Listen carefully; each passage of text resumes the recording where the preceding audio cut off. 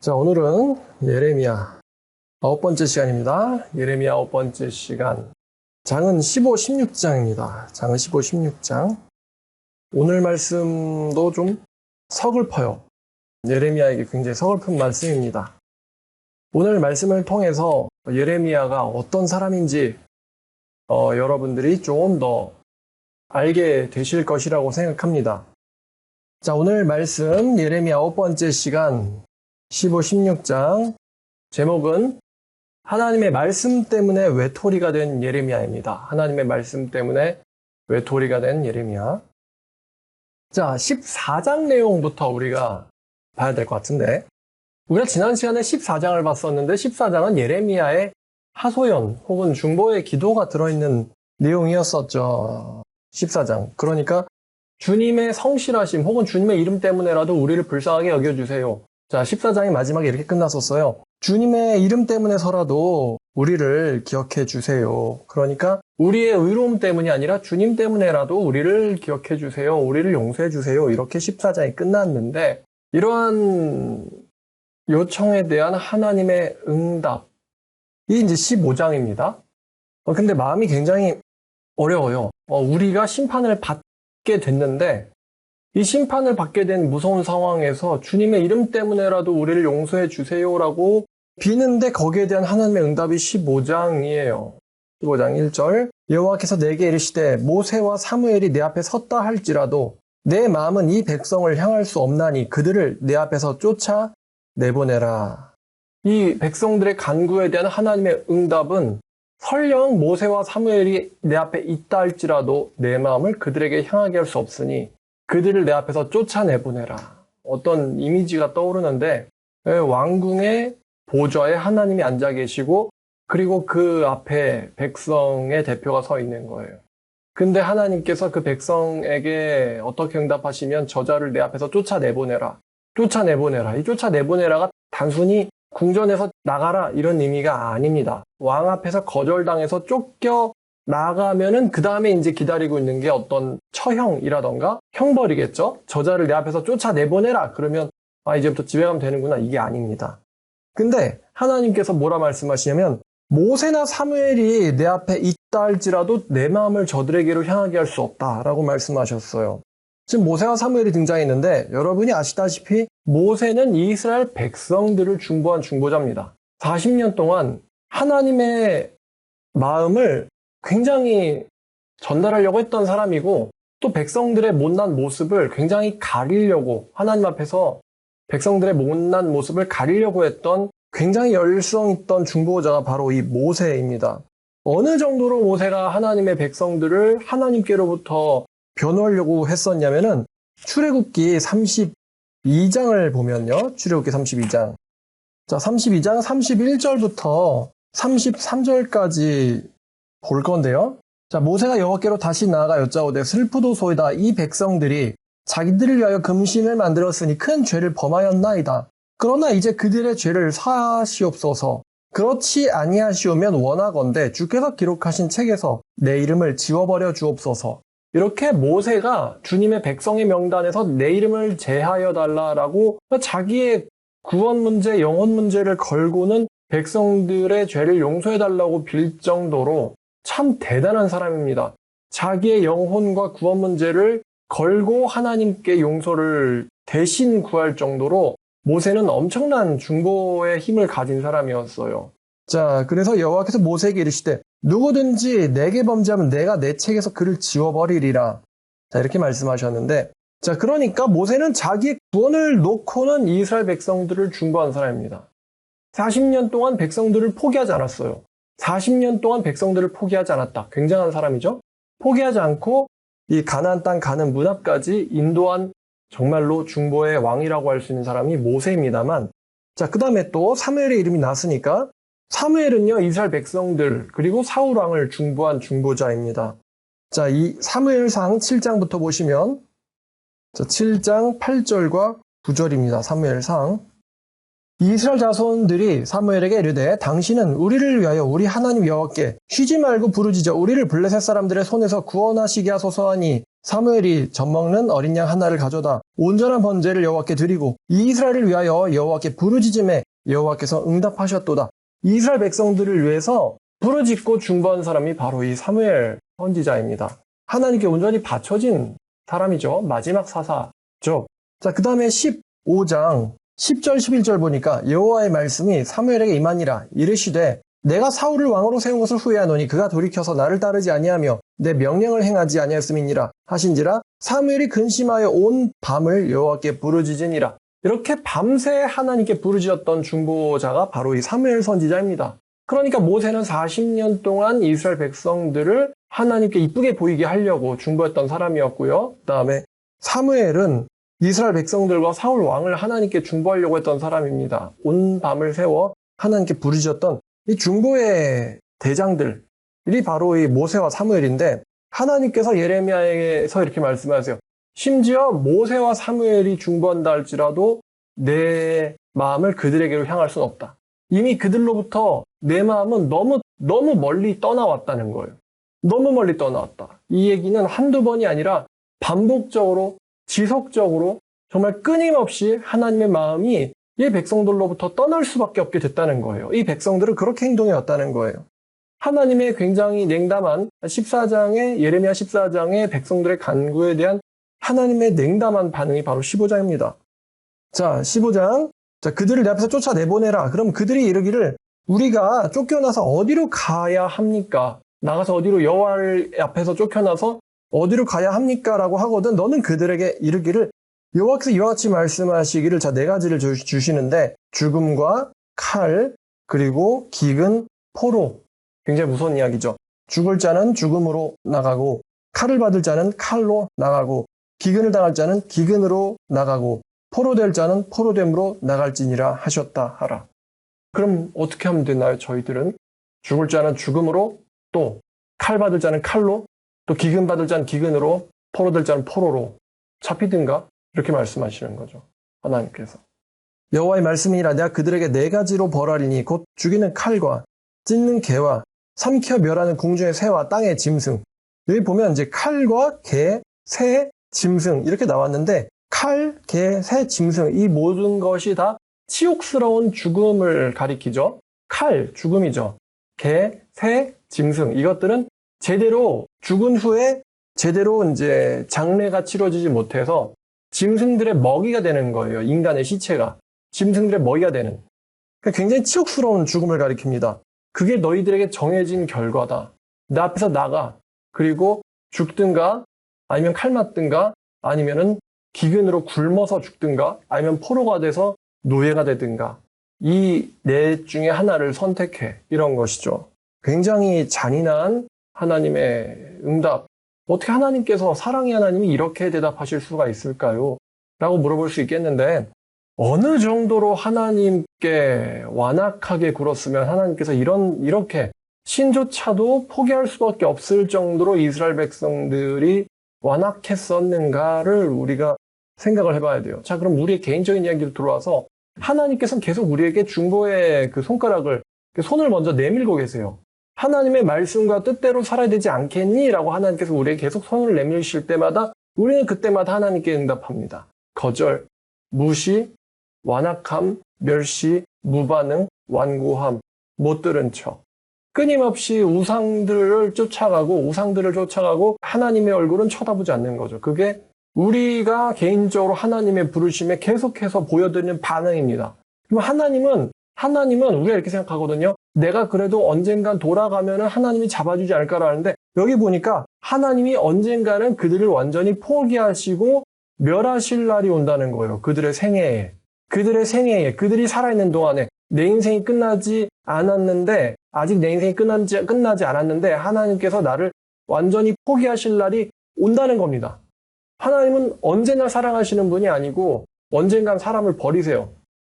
그 끊임없는 하나님의 부르심에 사람들이 완고하게 거절하니까 하나님이 끝내, 하나님이 절대 나를 버리지 않겠지. 엄마는 날 버리고 아빠가 날 버릴 수는 있어도 하나님은 절대로 나를 버리지 않을 거야. 근데 실제로는 하나님께서 그 사람을 버리신 일이 있습니다.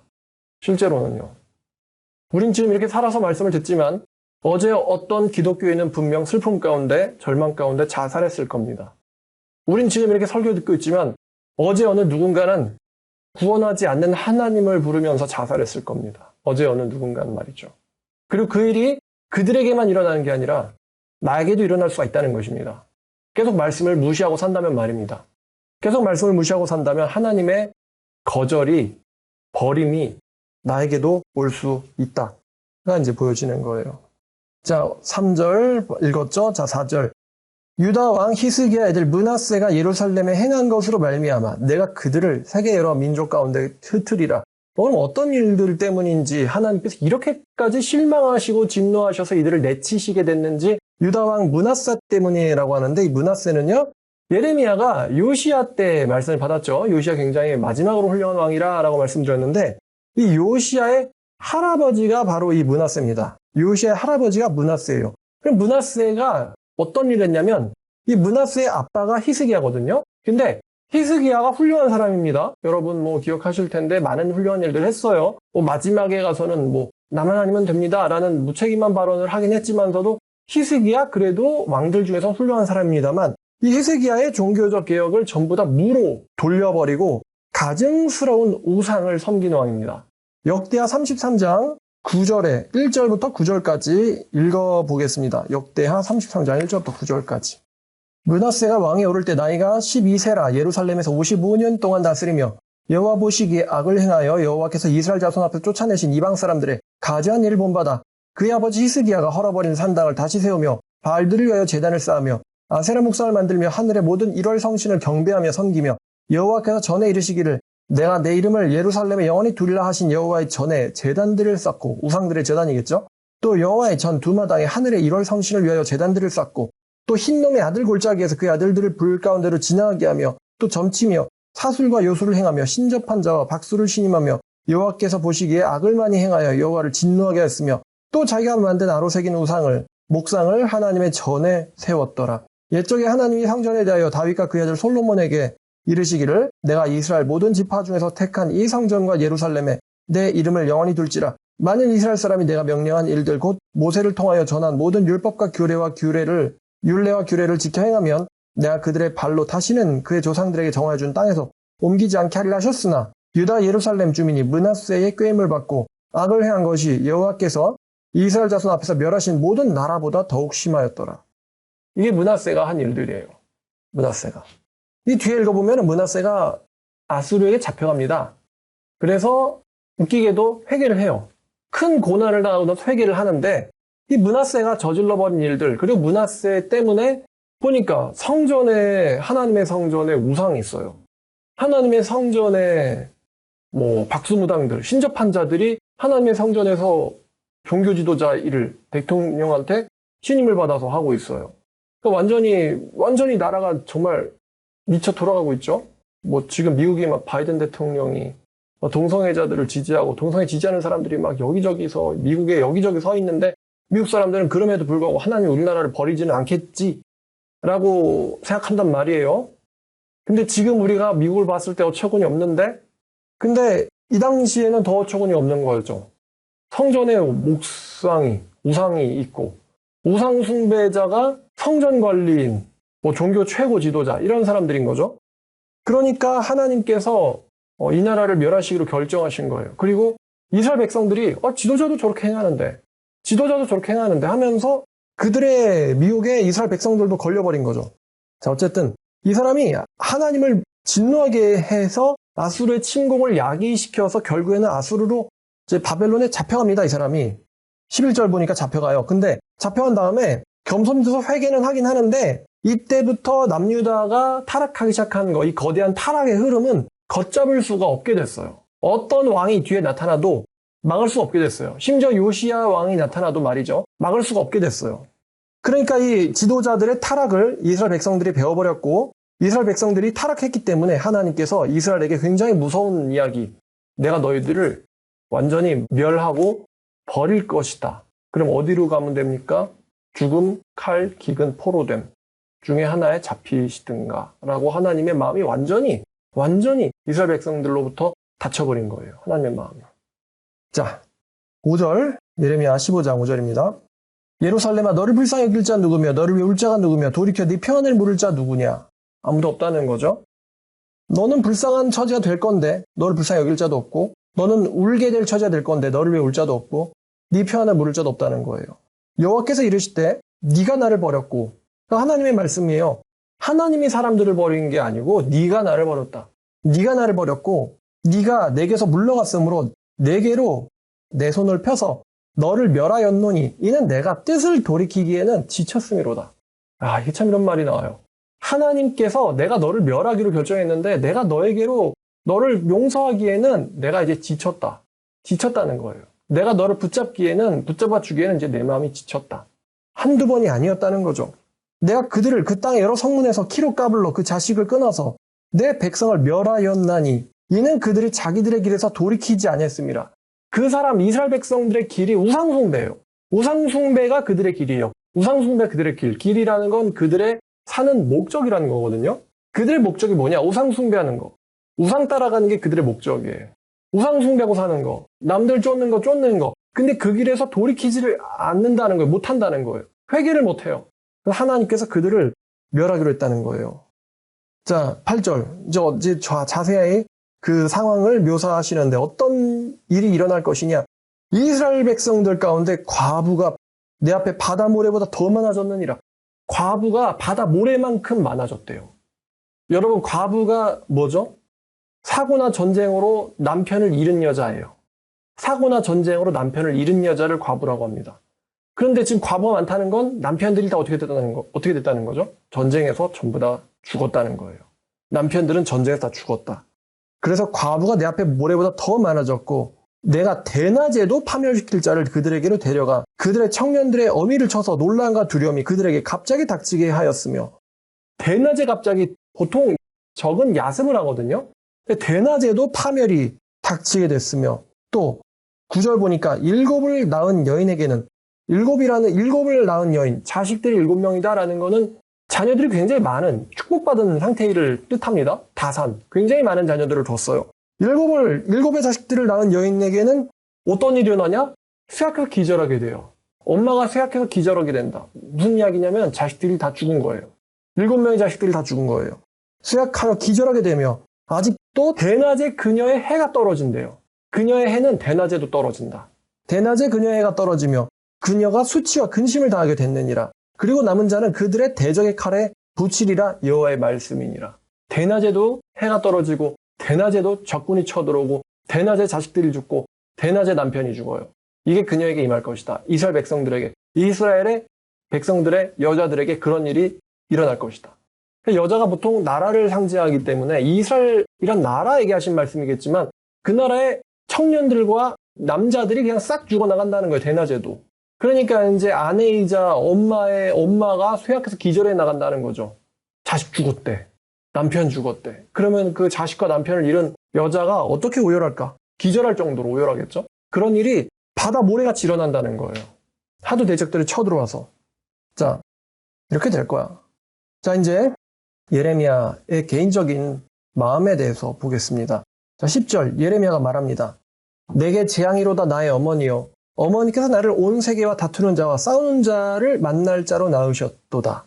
지금 예레미야가 내게 재앙이래요. 어머니여, 엄마가 나를 온 세상과 다투는 자로 낳으셨대요. 왜 그러냐면은 예레미야는 하나님의 예언을, 하나님의 명령과 말씀을 전할 뿐인데, 이 백성들이 얼마나 멍청하고 어리석고 완고한지 하나님의 예언과 명령과 자기들에게 곧 일어날 닥칠 일을 얘기해주면 고맙다가 아니고 예레미야를 비난하고 공격하고 죽이려고 드는 거예요. 그러니까 하나님의 말씀, 예레미야가 입을 열어서 하나님의 말씀만 열면, 예레미야가 말만 하면 백성들이 죽일 듯이 달려드는 거예요. 그러니까 예레미야는 동네에서도 여행을 가도 예루살렘에도 다 만나는 게 적밖에 없는 거예요. 그런 인생, 그런 하나님의 선지자로 사는 인생이 내게 재앙이래요. 예레미야가. 재앙이로다.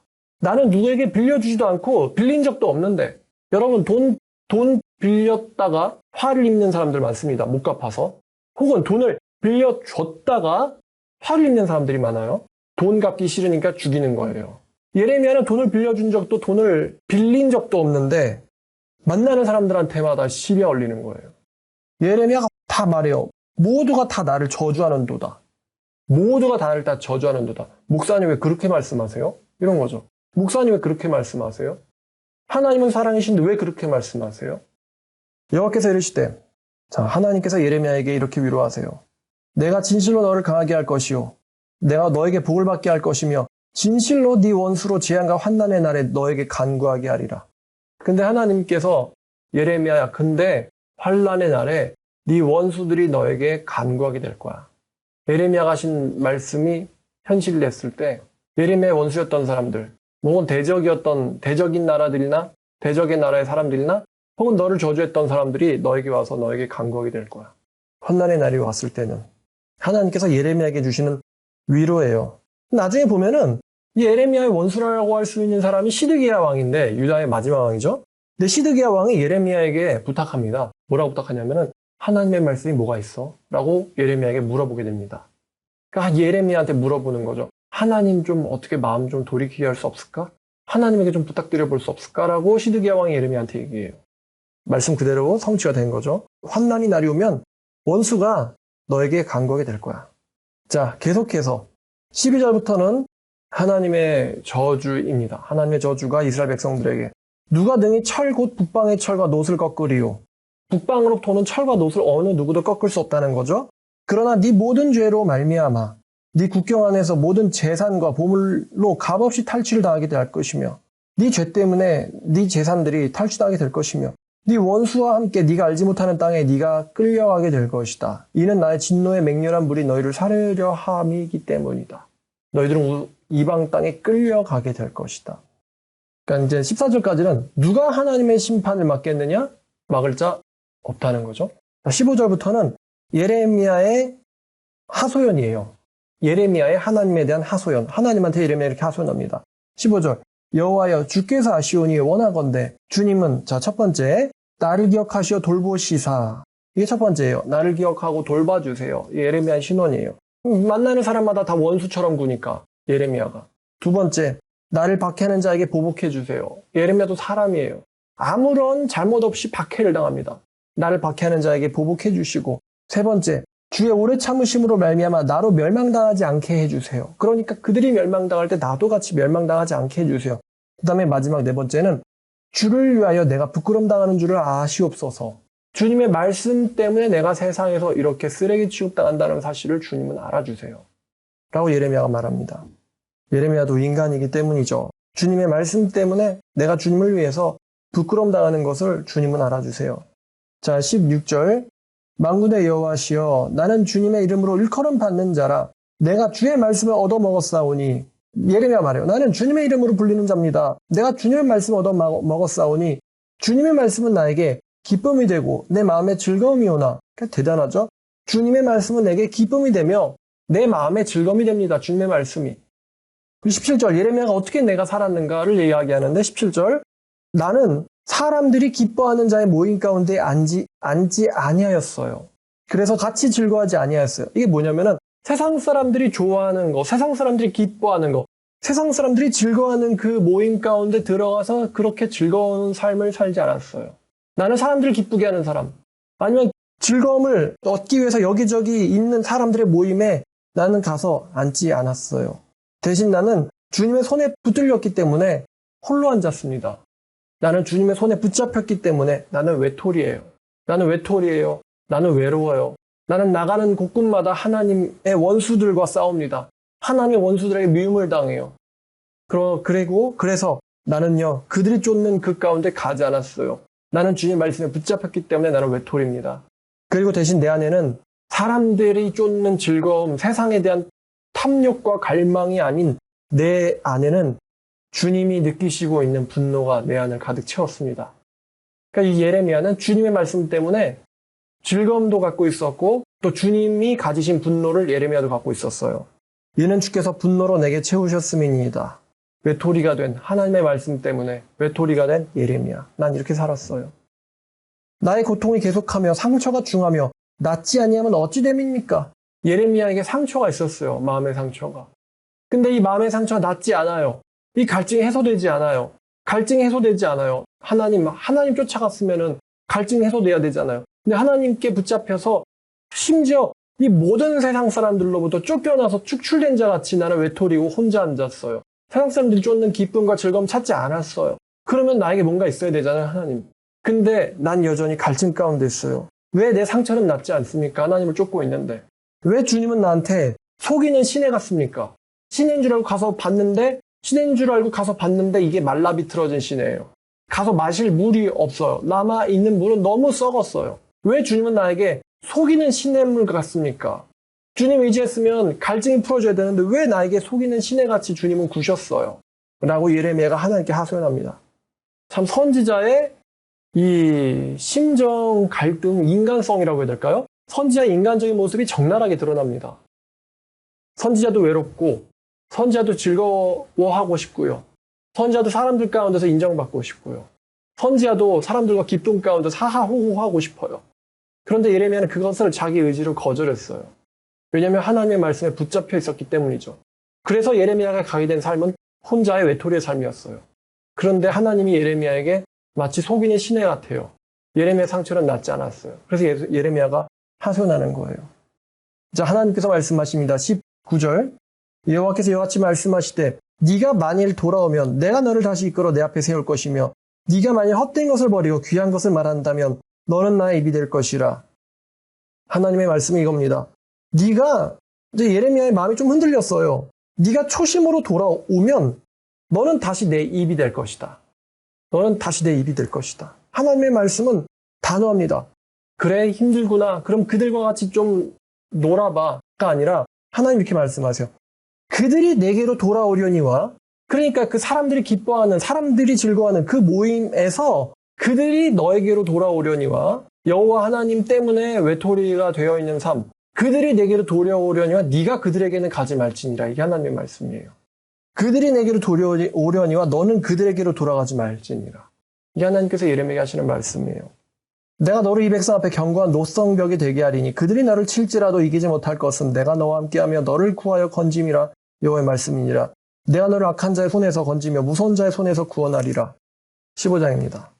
네가 견고한 노성벽이 될 것이다. 그들이 너를 칠지라도 너를 이기지는 못할 것이다. 내가 너와 함께할 것이기 때문에. 자, 근데 우리가 관심 있는 건 이거죠. 그들은 예레미야를 친다는 거예요. 감히 치지 못한다가 아니라 친다는 거예요. 치지만 이기지 못할 것이다. 예레미야는 침을 당해야 돼요. 내가 너를 악한 자와 무서운 자의 손에서 내가 너를 구원할 것이다. 그런데 악한 자와 무서운 자를 만나게는 될 거예요. 예레미야는 침을 당할 것이고 악한 자와 무서운 자를 만나게 될 거예요. 그렇지만 이길 것이다. 그러니까 하나님의 말씀이 그러니까 어느 쪽을 우리가 중점으로 보느냐. 그러나 내가 너를 구원할 것이다. 이것만 봐도 되겠죠? 그러나 이제 사람이니까 약해진 모습이 있잖아요. 그러면 나쁜 일은 전혀 안 일어나야 되거든요. 침을 당하고 악한 자 만나고 두려운 무서운 자를 만나게는 될 거야.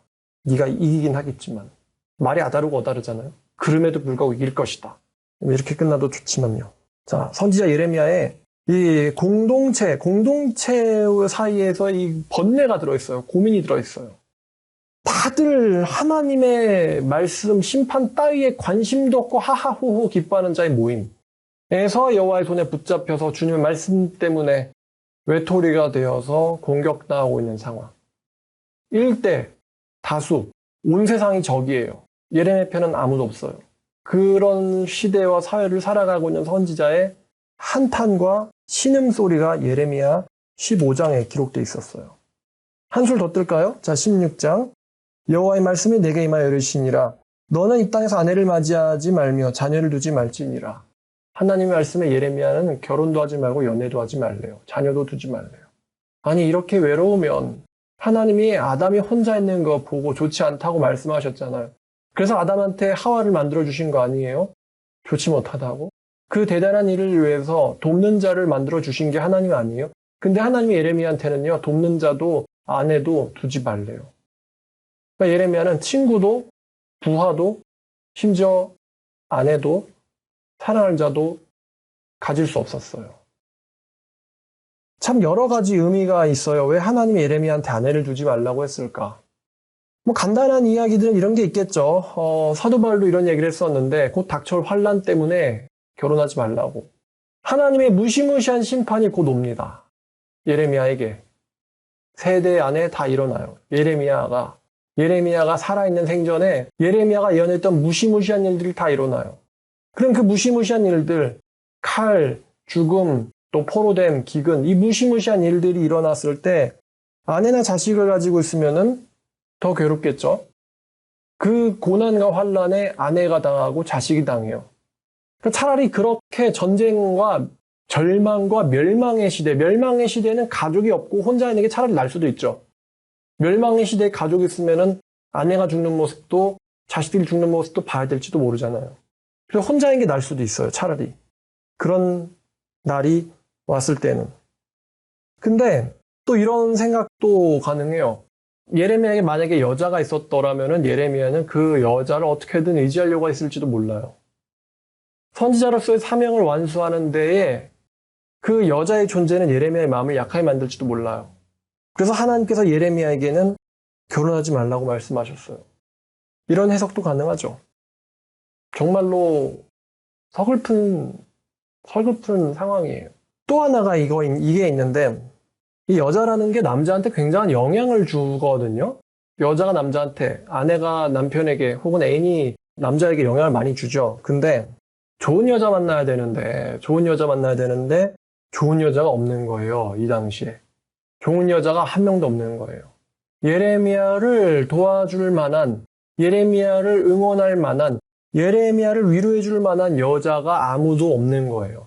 어느 누구도 예레미야를 도와주고 예레미야와 함께하기에 적합한 여자가 없었던 거예요, 이 시대에. 그래서 다시 한마디로 말하면 거룩한 여자가 없었어요, 이 시대에. 거룩한 여자가 한 명도 없었어요. 하나님이 이 이스라엘 남유다에서 예레미야랑 매칭시켜 볼 만한 여자를 아무리 찾아도 없었어요. 예레미야의 마음을 헤아릴 만한 여자가 없었어요. 예레미야를 도와줄 만한 여자가 없었어요. 예레미야와 함께할 만한 여자가 없었어요. 그러니까 하나님께서 예레미야에게 이 시대에서 여자를 찾지 말라는 거예요. 너무 충격적이고 슬픈 상황이죠. 거룩한 여자가 한 명도 남지 않았다. 자, 하나님께서 계속해서 말씀하십니다. 자, 3절. 이곳에서 낳은 자녀와 이 땅에서 그들을 해산한 어머니와 그들을 낳은 아버지에 대하여 여호와의 말씀이 이런 것인데, 4절. 그들이 독한 병으로 죽어도 아무도 슬퍼하지 않을 것이며 묻어두지 않아 지면의 똥처럼 분토와 같이 썩을 것이며 칼과 기근에 망하고 시체는 공중의 새와 땅의 짐승밥이 되리라. 부모들이 그렇게 될 거래요. 결혼하지 말라면서 이렇게 말씀하셨어요. 이 땅의 부모들이 지면의 분토처럼 될 것이다. 또 5절에 예레미야에게 이렇게 명령하셨어요. 예레미야야, 너는 초상집에 가지 마라. 그들을 위하여 애곡하지도 마라. 왜? 내가 이 땅 백성들한테 내 평강과 인자와 사랑을 빼앗을 것이기 때문이다. 쉽게 말하면은 이제부터 줄초상 당하게 될 거니까 누구나 죽었다고 가서 슬퍼할 거 없어. 왜냐하면 이제부터 일어날 미래는 줄초상이거든. 전부 죽게 될 거거든. 초상집 가지 말아요. 그 다음에 6, 7절. 자, 6절. 큰 자든지 작은 자든지 땅에서 죽으리니 그들이 매장되지 못할 것이며 그들을 위하여 애곡하는 자도 없을 것이며 자기의 몸을 베거나 머리털을 미는 자도 없을 것이며, 그러니까 애통하는 자도 없을 것이며 그 죽은 자로 말미암아 슬퍼하는 자나 떡을 떼며 위로하는 자가 상갓집에서 떡 떼는 자도 없을 것이며 그들의 아버지나 어머니의 상사를 위하여 위로의 잔을 그들에게 마시게 할 자도 없으리라. 왜? 자식들이 다 죽었으니까. 부모가 병사든 죽어든 그들을 묻어줄 자가 없다는 거예요. 원래는 부모가 죽으면 자식이 묻어주고 자식이 위로해주고 그 자식이 와서 슬픈 일을 당했지 자식아 이렇게 술을 넘겨주는 사람이 있는 게 일반이죠. 그러나 상을 당한 부모를 묻어주거나 위로할 자식이 없어요. 그 위로할 자식의 친구도 없어요. 다 죽게 될 것이기 때문에. 자, 그리고 하나님이 예레미야에게 명령하십니다. 8절과 9절. 너는 잔치집에 들어가서 그들과 함께 앉아 먹거나 마시지 마라. 잔치집은 뭐냐면은 결혼식이에요. 너는 결혼식 가서 잔치집, 결혼잔치에 들어가지 마라. 지금 한두 쌍 결혼하는 거 가지고 잔치집에 가서 돈도 내고 맛있게 먹고 즐기고 하지 마라. 왜냐면은 이러한 기쁨은 전부 다 사라지고 앞으로는 결혼? 그런 일은 더 이상 이 나라에선 꿈도 못 꾸게 될 거야. 자, 9절. 만군의 여호와 하나님이 이와 같이 말씀하시되 보라, 내가 기뻐하는 소리와 즐거워하는 소리와 신랑의 소리와 신부의 소리를 네 목전, 네 시대에서 이곳에서 끊어지게 하리라. 더 이상 신랑 신부의 목소리가 이 땅, 네 앞에서, 네 시대에서 끊어지게 될 거다. 그러니까 그들이 내지를 소리는 결혼해서 기뻐해서 즐거워하는 소리가 아니고요. 그들이 내지를 소리는 죽기 전에 비명소리밖에 없게 될 거예요. 그렇게 될 건데 잔치집 가서, 결혼잔치 가서 기뻐하지 마라. 그들에게 임할 건 초상밖에 없다는 거죠. 그러니까 하나님이 예레미야에게도 결혼하지 말라라고 말씀하신 거예요. 자, 굉장히 무서운 말씀들이 계속해서 15, 16장에서 지속되고 있습니다. 이 결혼하지 않는 선지자는요, 어떤 상징입니다.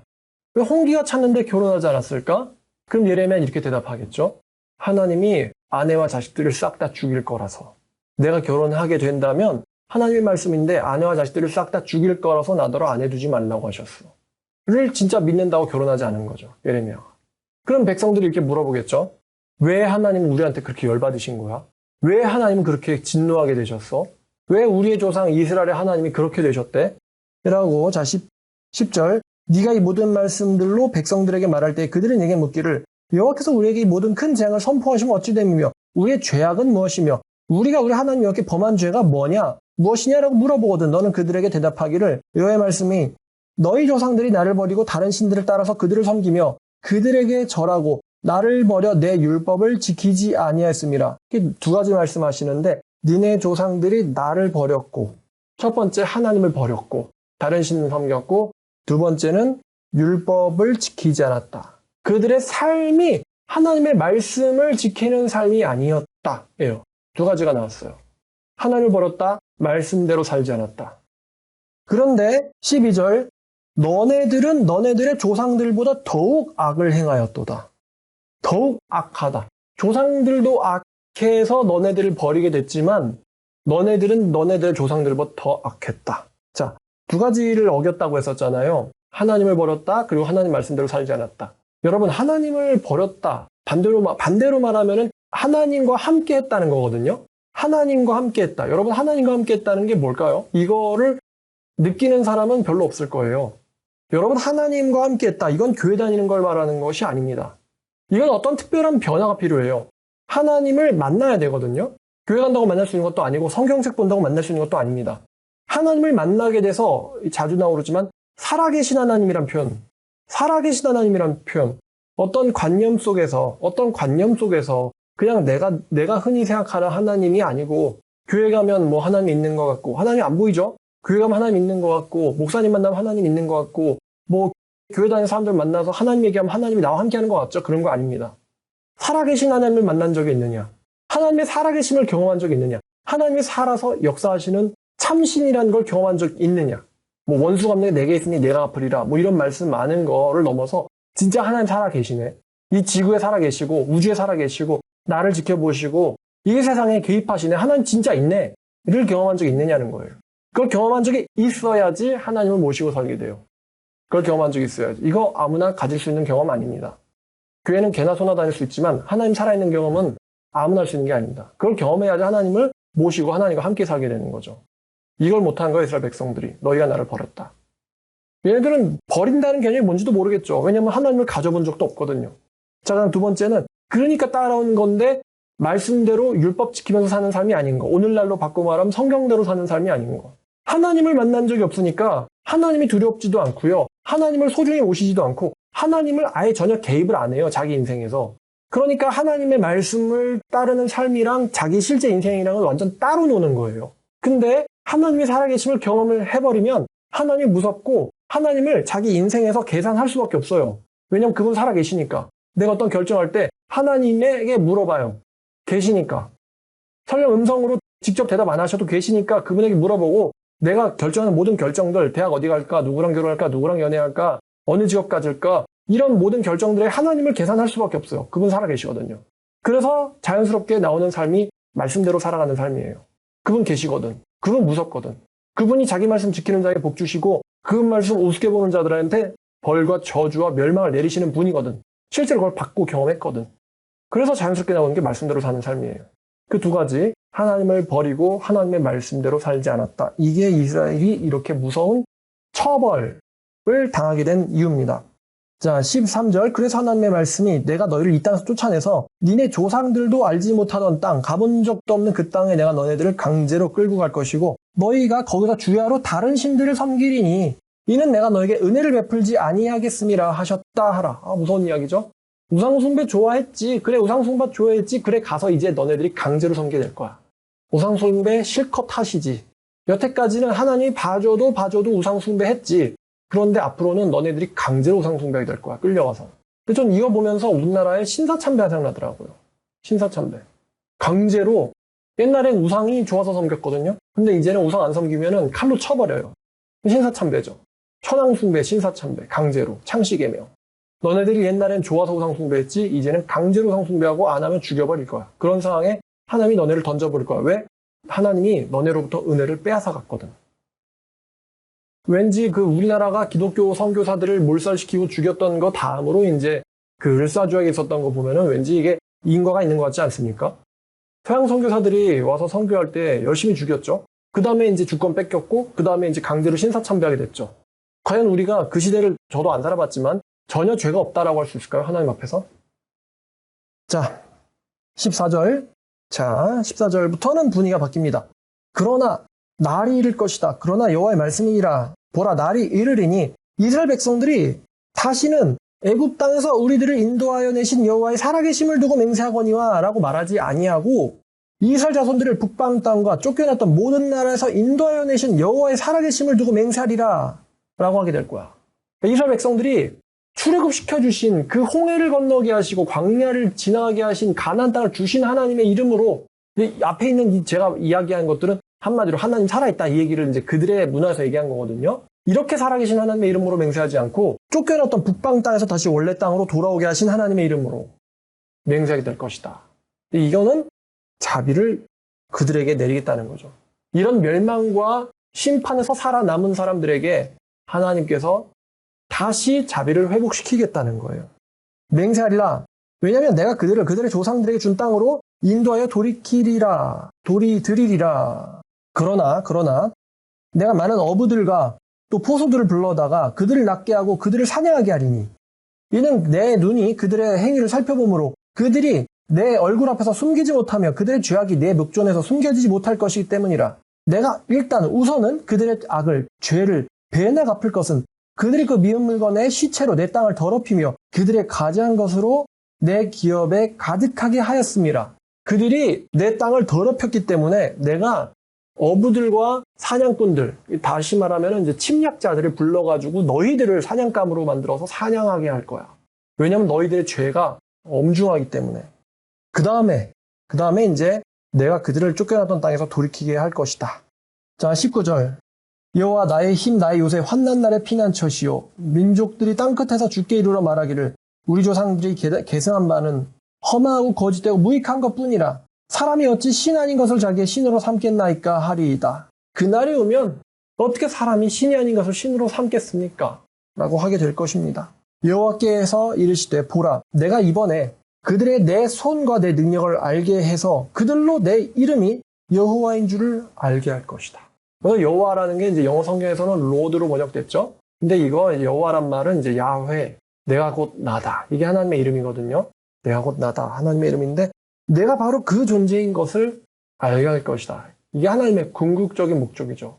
쫓겨나다 돌아왔던 사람들, 혹은 예레미야 선지자, 그들이 하나님이 바로 그 참신인 것을 알게 하는 게 하나님께서 이런 일들을 행하시고 버리시는 목적이에요.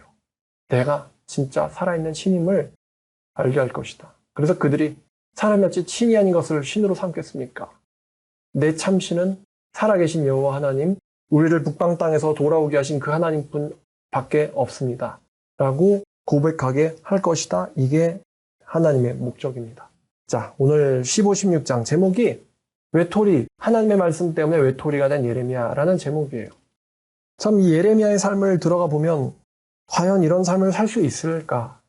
하나님의 말씀 때문에 어떤 금전적인 보상이나 사람들한테 인정이나 명예나 권력을 갖는 거나 아니면은 축복받고 좋은 여자 만나서 다산하는 거나 이런 것도 아니고 하나님의 말씀 때문에 사람들이 즐거워하는 모든 즐거움으로부터는 떨어져 있을 수밖에 없었고 심지어 그들로부터 공격받아서 원수들밖에 없었고 예레미야의 주변에는 그럼에도 불구하고 하나님은 예레미야를 기쁘시게 하지 않고 예레미야가 하나님한테 하소연을 하고 있는 이러한 예레미야를 보면서 예레미야에게 짝이 없었다. 참 슬픈 이야기죠.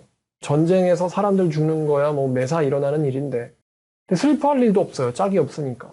짝도 없었고 예레미야를 이해할 수 있는, 예레미야를 도와줄 수 있는, 예레미야에게 힘이 돼줄 수 있는 여자, 돕는 자, 배필도 없는 이 선지자를 보면서 정말 예레미야가 정말 대단한 사람이구나. 이 아나돗 사람 예레미야. 정말 대단한 선지자구나. 우리가 앞으로도 계속 예레미야라는 성경을 같이 읽으면서 이 선지자의 고민, 우리의 말로 바꿔 말하면 이 세상을 살아가는 참된 크리스찬의 심정을 조금은 이해할 수 있습니다. 예레미야와 비교하면은 이 시대에서 크리스찬으로 사는 건 쉬울 것 같아요. 예레미야랑 비교하면 말이죠. 하지만 그 크리스찬으로 산다는 것도 쉬운 일은 아닙니다. 세상 사람들이 좋아하는 거, 세상 사람들이 쫓는 거 다 쫓지 않죠. 그리고 그들로부터 멀리 떨어져 있습니다. 심지어 그들로부터 놀림과 비아냥과 외톨이가 되기도 하고 공격당하기도 합니다. 하나님의 말씀 때문에. 이것도 쉽지 않습니다. 그런데 예레미야의 삶은 우리에게 이런 사람도 있었구나 라는 것을 보게 하고 또 우리에게 도전을 주고 우리에게 위로를 받게 하고 예레미야를 보면서요. 또 하나님의 사람들도 이런 고민을 했었다는 것을 여러분만 아니라 예레미야도 그랬다는 것을 우리가 공부하면서 야, 내가 정말 주님만 사랑하고 가야겠다 라는 다짐을 예레미야를 보면서 하게 만듭니다. 그래도 제가 한마디 한다면은 여러분들에게 하나님의 진정한 사람이 되려는 사람들에게 저 같은 사람 또 우리 말씀사랑교회 같은 교회가 있지 않습니까? 이게 제가 여러분에게 드릴 수 있는 말씀이에요. 기도하겠습니다. 하나님 아버지 감사합니다. 오늘 하나님의 말씀 때문에 외톨이 된 예레미야라는 제목으로 결혼도 허락받지 못하고 괜찮은 사람도 없어서 혼자 살며 또 이 사람들한테 공격당하는 예레미야를 보면서 또 사람들의 모임으로부터 스스로 떨어져 나갔고 하나님의 말씀 때문에 나는 이렇게 삽니다라는 예레미야를 보면서 하나님의 사람으로 산다는 것이 얼마나 어려운 일인지 또 주님께서 예레미야를 어떻게 응답하시고 어떤 구원을 주시려는 것인지 우리가 보게 합니다. 주님 우리의 마음을 위로해 주시고 응원해 주시고 하나님 한 분으로만 기뻐하는 그 어려운 길을 갈 수 있도록 우리의 손을 붙잡아 주시옵소서. 주님 모든 것을 이긴 사람에게 주님께서 상 주실라 하셨으니 주님 우리에게 상 주실 수 있도록 우리가 하나님만 붙잡는 사람 되게 해주시옵소서. 예수님의 이름으로 기도드렸습니다.